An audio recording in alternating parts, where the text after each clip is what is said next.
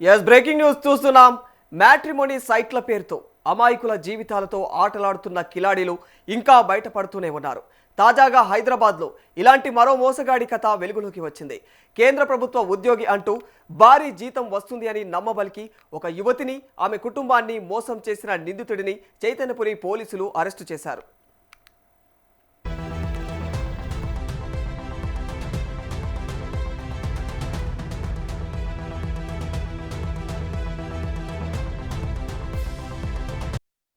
హైదరాబాద్కు చెందిన మధు అనే వ్యక్తి మ్యాట్రిమోనీ సైట్లో నకిలీ ప్రొఫైల్ సృష్టించాడు.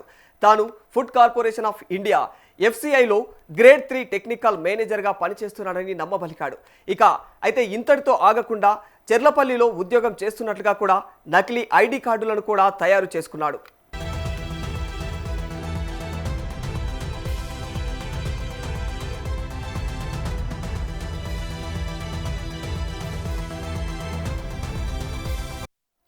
నిందితుడి మాటలను నమ్మిన బాధితురాలి కుటుంబం పెళ్లి సంబంధం ఖాయం చేసుకునే దిశగా అయితే ముందుకు అడుగులు వేసింది.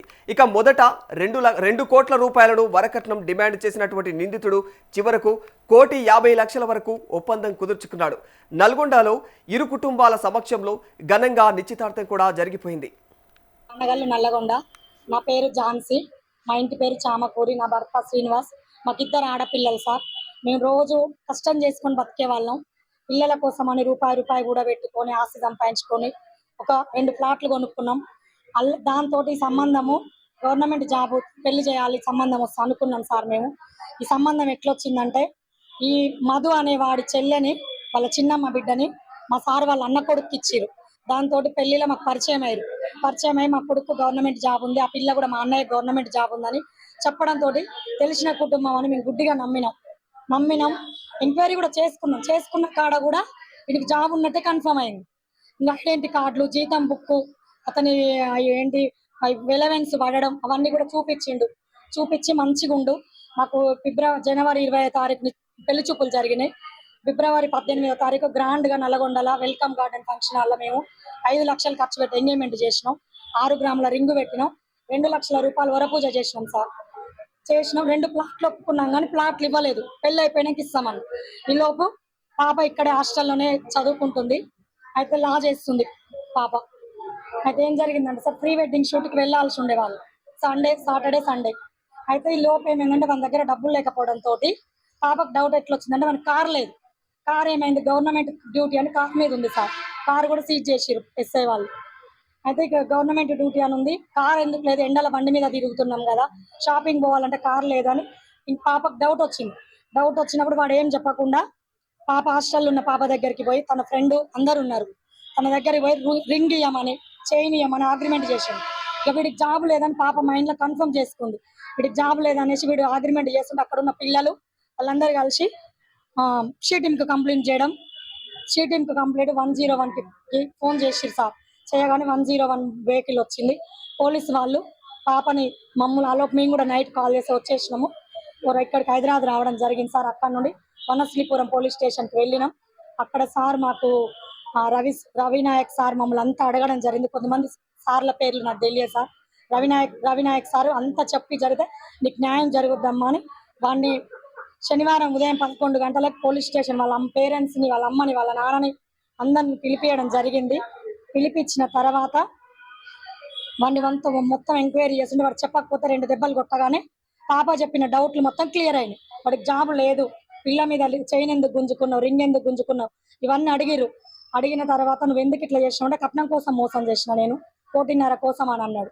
1,50,00,000 కోసం, కట్నం కోసం అమ్మాయి జీవితం నాశనం చేస్తావా అని అక్కడున్న సారు SI సార్ బాగా కొట్టినాక మాకు వనశ్రీపురం పోలీస్ స్టేషన్ లో వాళ్ళందరూ మాకు న్యాయం చేసిరు. వాళ్ళందరూ కూడా మంచి న్యాయం చేసిరు. ఇక్కడికి వాళ్ళు అక్కడ నుండి కేసు ఇక్కడికి పంపించారు. అక్కడంతా వాడు ఫ్రాడ్ అని తెలిసినాక ఇక్కడికి చైతన్యపురి PS వాళ్ళు, ఎందుకంటే వాడు ఉండేది ఈ ఏరియాలో కదా సార్, వాని రూమ్ ఇక్కడ ఉంది కాబట్టి ఇక్కడికి పంపించినాక ఇక్కడ sir CI sir, SI sir పేరేమో పేరు తెలియదు సార్. సార్ కూడా మాకు 2 డేస్ నుంచి వాళ్ళని మొత్తం ఇంట్రాగేషన్ చేసి మంచిగా చేసిరు సార్.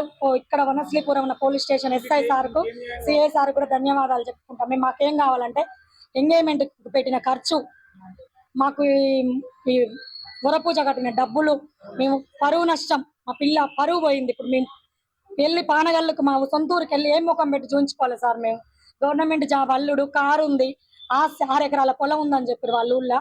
ఇంత ఉందని 1.5 కోటి కట్నం ఒప్పుకొని 1000 మంది బంధువుల మధ్య సమక్షంలో మేము వాళ్ళ చుట్టాలని మొత్తం 7 మెంబర్స్ సార్, 7 మీద కంప్లైంట్ ఇచ్చినాం.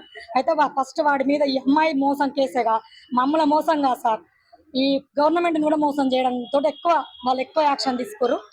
ఎక్కువ యాక్షన్ తీసుకోవడంతో వాడు ఒక్కడు మాత్రం జైలుకి వెళ్ళిండు. కానీ వాడు ఎప్పటికి లైఫ్ లో రావద్దు సార్. నాలాగా ఏ కుటుంబం మోసపోవద్దు, నా బిడ్డలాగా ఏ బిడ్డ మోసపోవద్దు. వాడు ఎప్పటికీ బయటికి రావద్దు. వానికి శిక్ష పడాలి, కఠినగార గారి శిక్ష పడాలి సార్. వాడికి చేయాలి. అయితే నిశ్చితార్థం తర్వాతే అసలు కథ మొదలైంది. ప్రీ వెడ్డింగ్ షూట్ పేరుతో యువతిని తన గదికి పిలిపించి లేనిపోని అనుమానాలు వ్యక్తం చేస్తూ మానసికంగా వేధించడం ప్రారంభించాడు. దీంతో అనుమానం వచ్చిన బాధితురాలు అతని ఉద్యోగంపైన రహస్యంగా ఆరా తీసింది. అప్పుడు బయటపడిన నిజం షాక్కు గురిచేసింది. అతను FCI ఉద్యోగి కాదు, నకిలీ ID కార్డులతో మోసం చేస్తున్న కిలాడి.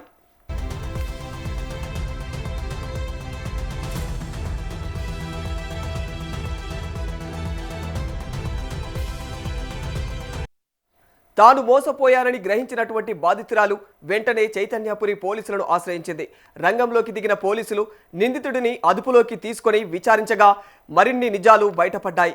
నిందితుడి వద్ద నుంచి 2 నకిలీ FCI ID కార్డులు, ఒక మొబైల్ ఫోన్ను స్వాధీనం చేసుకున్నారు అధికారులు. అంతేకాకుండా తన కారు పైన కూడా ఆన్ గవర్నమెంట్ డ్యూటీ అని రాసుకుని ప్రజలను, అధికారులను సైతం తప్పుదారి పట్టించే ప్రయత్నం చేసినట్లుగా కూడా పోలీసులు గుర్తించారు. ఈ మందిని పిలిచి నల్గొండల మా సొంతూరులో మేము ఎంగేజ్మెంట్ చేయడం జరిగింది. వాళ్ళ తరపు బంధువులు, మా తరపు బంధువుల సమక్షంలో. ఇప్పుడు మాకు పరువు పోయింది, డబ్బు నష్టం జరిగింది.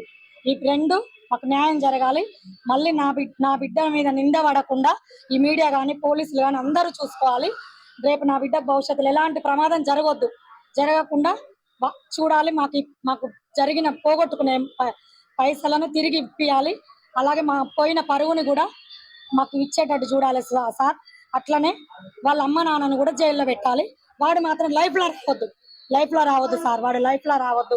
పోలీసులకి, మీడియా వాళ్ళందరికీ నేను నమస్కరించి చెప్తున్నా. Thank you sir. మేము చాలా మోసపోయినాం. ప్రస్తుతం నిందితుడిపైన కేసు నమోదు చేసి రిమాండ్కు తరలించారు. ఇక మ్యాట్రిమోనీ సైట్లలో పరిచయాలు చేసుకునే సమయంలో పూర్తి వివరాలు తెలుసుకోవడం ఎంత ముఖ్యమో ఈ ఘటన మరోసారి మనకు చెబుతోంది.